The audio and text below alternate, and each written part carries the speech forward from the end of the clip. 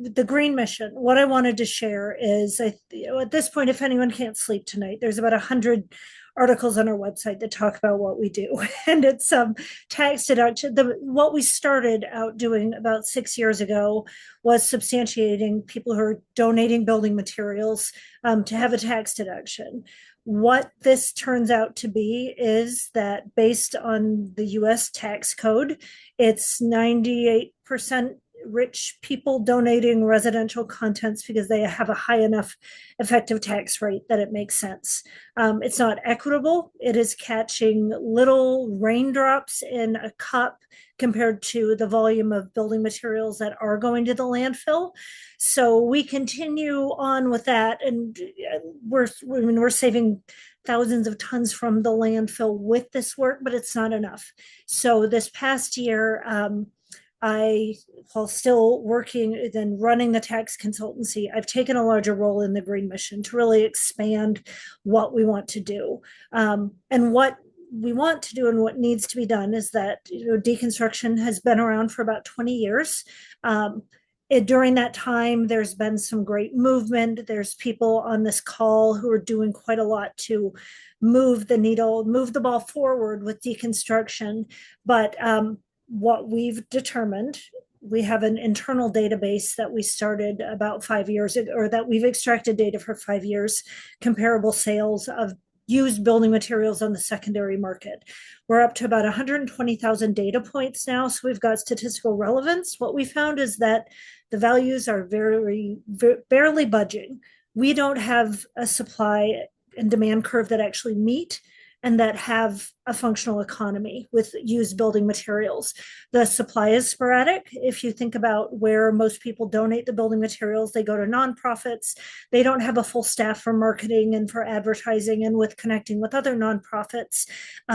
Or you end up with, there was some great antique barn lumber that came down for a farm in Tennessee. It went to a local nonprofit. They could not move the lumber.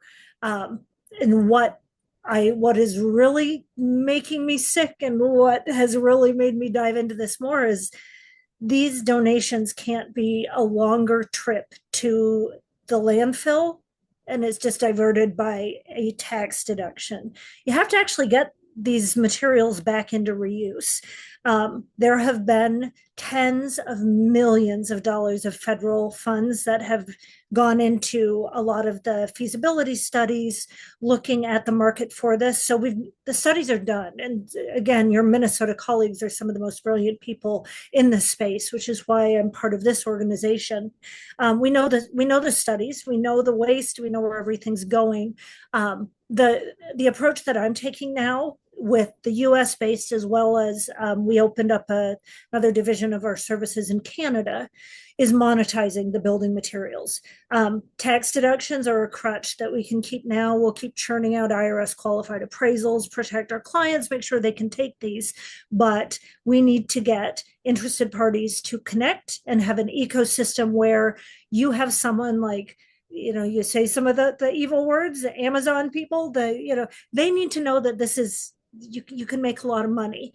An antique solid core door right now, when I'm appraising those for $400 or $500, where a newly milled high-end door, $24,000. You want to look at the hardness and the quality of those two doors. They knock it out of the park with the antique lumber, and it's a finite resource. So by throwing all of these things into the landfill, yes, we all know that there's wastewater seepage. We know that our children and our grandchildren are drinking chemicals because of this dumping, but we're also throwing away what eventually should become a much higher value door.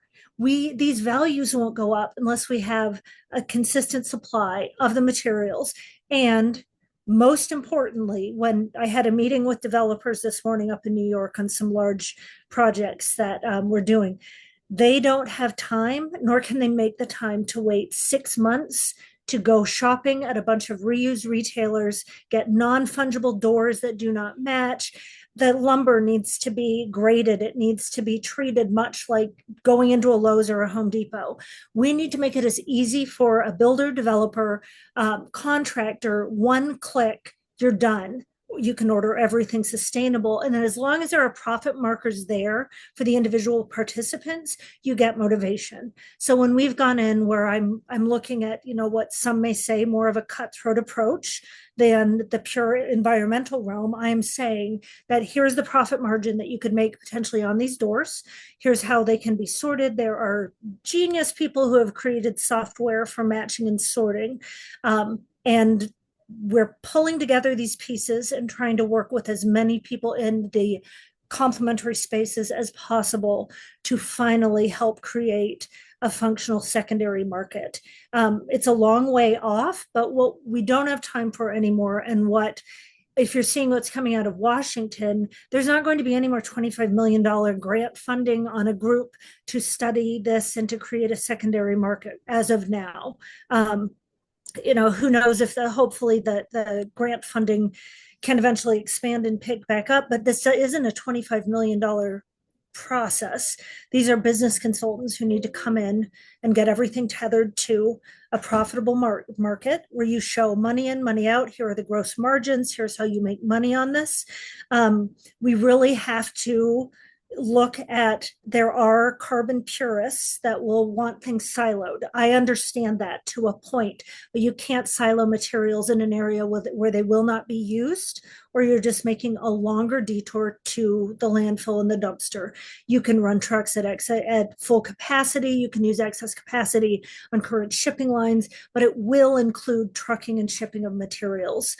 And now that Canada has really dove into their deconstruction, especially in the Vancouver area, which is where I've done a lot of the work and the presentations, knock on wood, the 25% tariffs don't really occur, because we have, especially from that Northwest area of the United States, we have a lot of great material that can be shared.